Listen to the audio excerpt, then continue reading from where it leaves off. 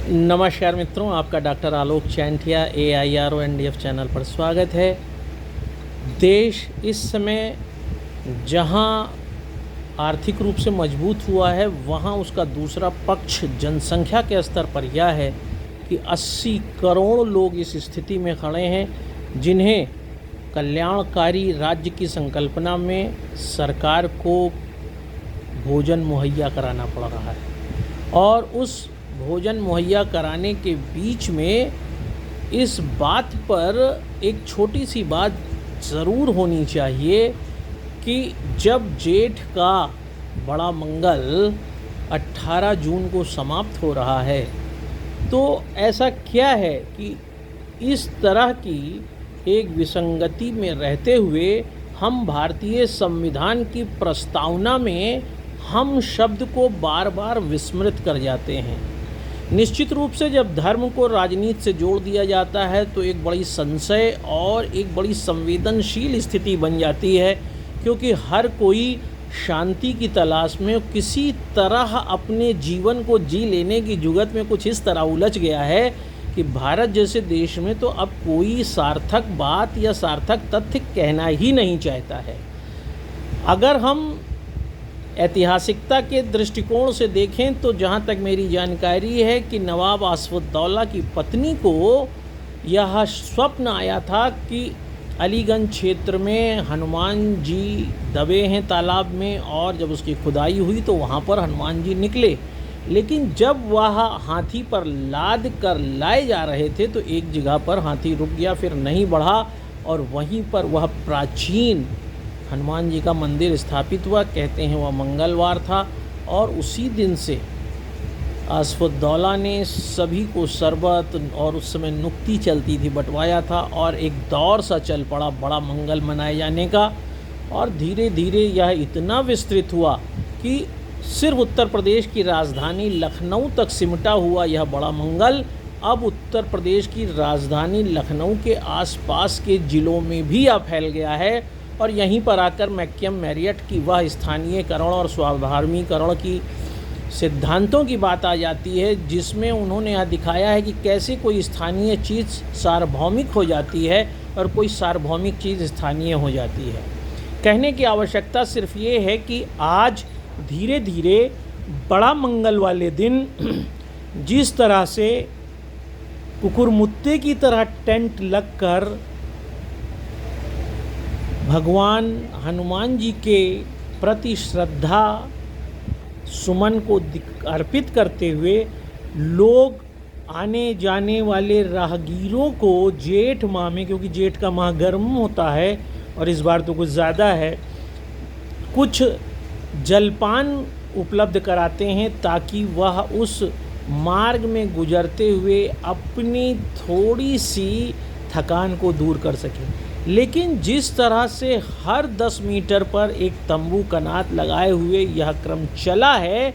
उससे या तो हो सकता है कि हलवाइयों को एक अतिरिक्त काम मिल गया हो, सब्जी वालों को काम मिल गया हो, तंबू कनात वालों को काम मिल गया हो, पंडित जी को काम मिल गया हो। लेकिन इस बात को समझना थोड़ा कठिन हो जाता है कि सिर्फ और सिर्फ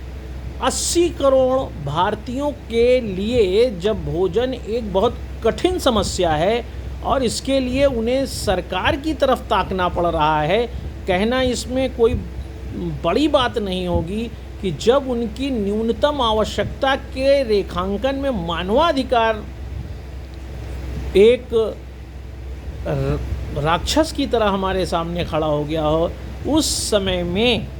हर 10 कदम पर 100 मीटर पर इस तरह के तंबू कनात को लगाकर एक ही दिन में,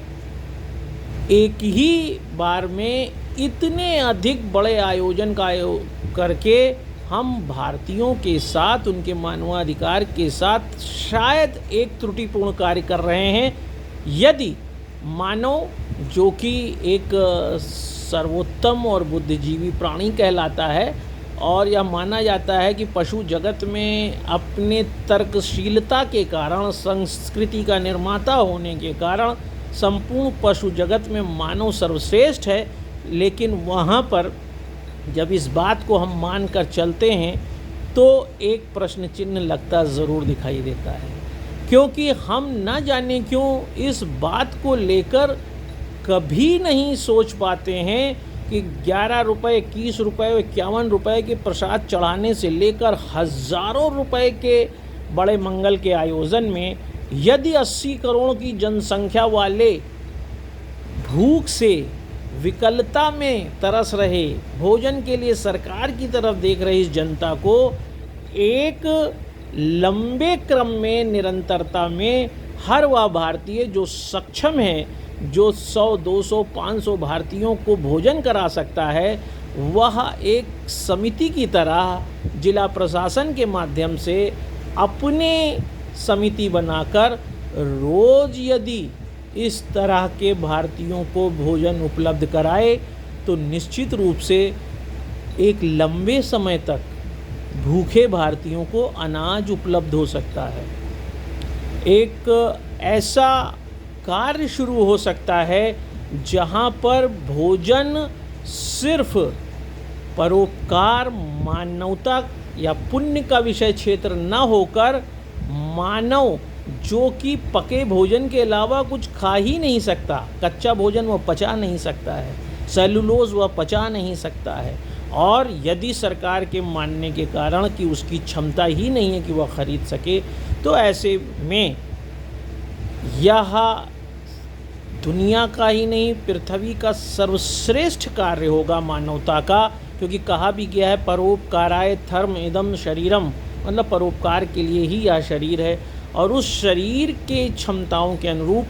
यदि हम अपने ही अनुरूप 500, 1000 जो भी हमारी क्षमता है, मानव को एक क्रम बनाकर, अगर एक शहर में मंगलवार को 10,000 लोग पंडाल लगाकर भोजन डाल रहे हैं, तो उस शहर की क्षमता के अनुसार 4 जगह पर हम इस तरह के पंडाल लगाकर 250 दिन तक लोगों को खाना खिला सकते हैं। और ऐसे में इस बात का प्रचार प्रसार कर सकते हैं कि हम भारत के लोग भारतीय संविधान की प्रस्तावना के हम को सार्थक करने के लिए सरकार के कल्याणकारी योजना में, कल्याणकारी राज्य की संकल्पना में उन भारतीयों को यह भोजन समर्पित करते हैं जिनको अपने रोज के जीवन को चलाने के लिए सरकार की तरफ देखना पड़ता है। और जिस दिन हम सरकार के इस प्रयास में अपने इस प्रयास को शामिल कर लेंगे तो न सिर्फ सरकार के हम सहयोगी बनेंगे, बल्कि भारतीय संविधान का प्रस्तावना भी सार्थक हो जाएगा। हम भारत के लोगों में जाति धर्म से ऊपर उठकर हम सिर्फ मानवता के लिए कार्य करने लगेंगे, और वास्तव में जो भूखा है उसे भी यह पता होगा कि शहर के किन 4 जगहों पर हमको बिना कुछ दिए निःशुल्क भरपेट भोजन मिल जाएगा। आप भी यह सोच कर देखिए कि भगवान के इस प्रेरणादायी कार्य में क्या यह संशोधन आवश्यक नहीं है? क्या यह एक अजीब सा प्रश्न चिन्ह बनकर हमारे सामने विश्व परिदृश्य में नहीं खड़ा है कि जहाँ पर 80 करोड़ लोग 5 किलो अनाज पान रहे हैं और फिर उनका जीवन चल रहा है, जहाँ पर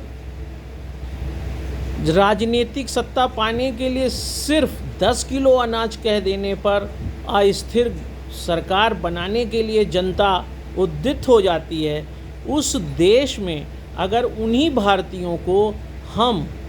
किसी भी तरह से अपनी क्षमताओं के अनुरूप उस न्यूनतम भोजन को उपलब्ध कराएं, तो अगर यह नर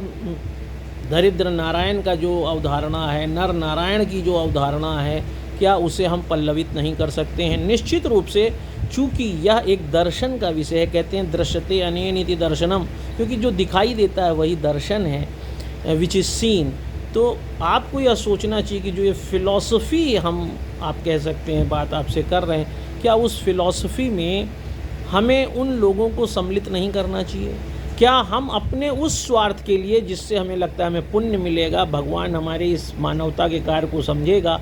दूसरे की भी भूख के सम्मिलित करने के प्रयास को क्या हम परमार्थ नहीं कह सकते हैं? क्या आधुनिकता के दौर में अपने स्वार्थ और दूसरे के स्वार्थ को मिलाकर हम जो एक विस्तृत स्वार्थ की सामाजिक संरचना करने का प्रयास करें, क्या वह परमार्थ की नई परिभाषा नहीं हो सकता है? और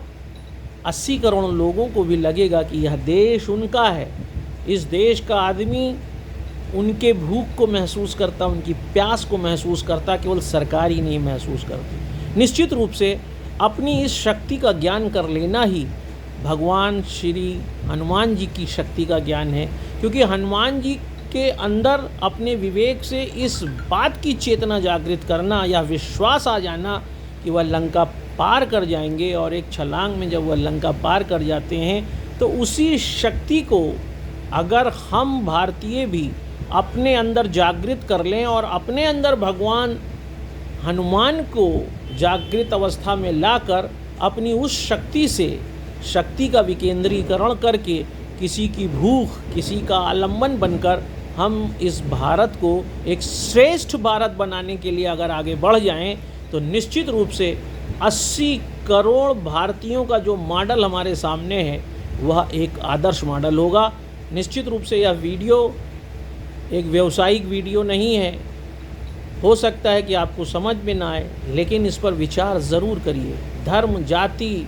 सभी चीज़ों से ऊपर उठ के यह महसूस करिए कि हम सिर्फ एक क्षण विशेष में क्यों मानवतावादी बन जाते हैं, हम किसी एक क्षण विशेष में क्यों पुण्य कमाना चाहते हैं, हम हर समय मानव बनकर मानवता के लिए क्यों नहीं रहना चाहते हैं। और इसी प्रयास में अखिल भारतीय अधिकार संगठन की तरफ से मैं आलोक चांटिया आपके साथ हूँ। अगर आपको यह बात नहीं भी समझ में आती तो आप एक कड़ी आलोचना के साथ मुझे इस पर अपने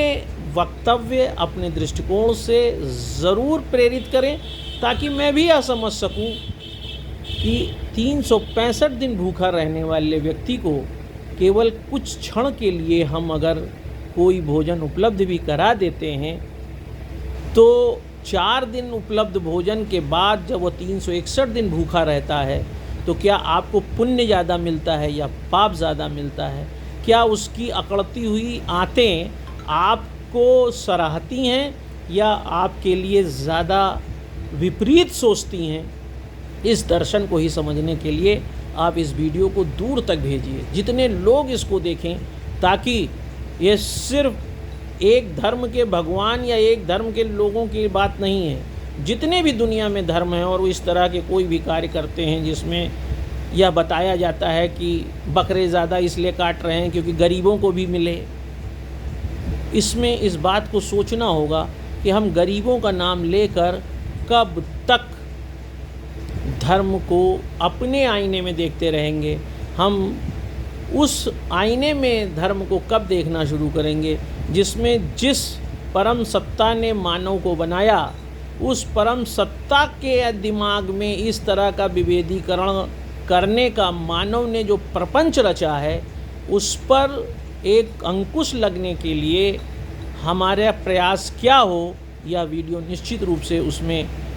शायद समुद्र में एक बूंद की तरह हो, लेकिन यह प्रयास तो करना ही होगा, हमें सोचना ही होगा। एक बार आप सोच कर देखिए और इस वीडियो को दूर तक ले जाइए। नमस्कार।